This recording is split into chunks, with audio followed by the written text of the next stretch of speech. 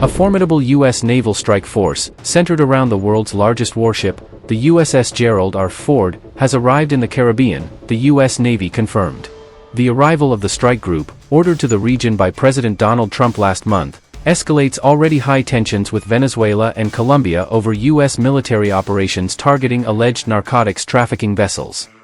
Escalation of military presence and mission. The strike group officially entered the area of responsibility of U.S. Southern Command, which oversees Latin America and the Caribbean, on November 11. The force represents a substantial deployment, consisting of the USS Gerald R. which carries over 4,000 sailors and dozens of aircraft, guided missile destroyers, and various other vessels. This group is joining existing forces, including thousands of troops, a nuclear-powered submarine, and military aircraft based in Puerto Rico. Collectively, this deployment forms the largest U.S. military presence arrayed in and around Latin America in decades. Pentagon spokesman Sean Parnell stated the force will bolster U.S. capacity to detect, monitor and disrupt illicit actors and activities, and specifically help disrupt narcotics trafficking and criminal groups, securing the safety and prosperity of the U.S. Controversial drug boat strikes.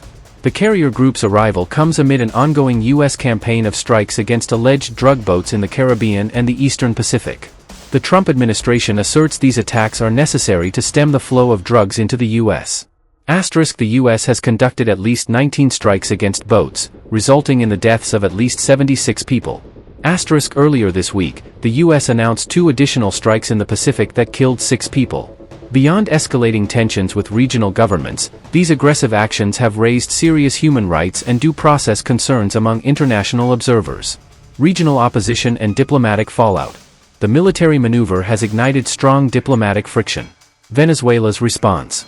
Venezuelan President Nicolas Maduro and other government officials have sharply criticized the deployment and the strikes, accusing the U.S. of fabricating a crisis, with the ultimate goal of seeking to topple the country's left-wing socialist government. Colombia's suspension of cooperation. The movement also highlights tensions between the Trump administration and the Colombian government led by President Gustavo Petro, whom Trump has previously characterized as a thug and a bad guy.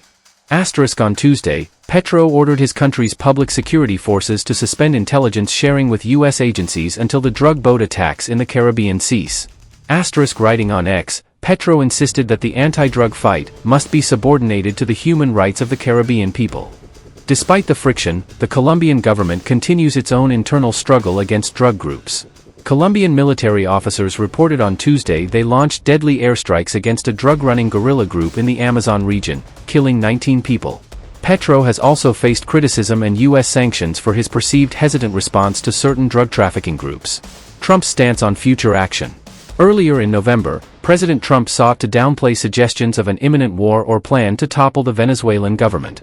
In an interview with CBS, Trump defended the naval strikes by linking them directly to the U.S. drug crisis, stating that every single boat that you see that's shot down kills 25,000 on drugs and destroys families all over our country. When pressed on whether the U.S. was planning any strikes on Venezuelan soil, the president refused to rule it out, maintaining ambiguity. "I wouldn't be inclined to say that I would do that. I'm not going to tell you what I'm going to do with Venezuela, if I was going to do it or if I wasn't going to do it."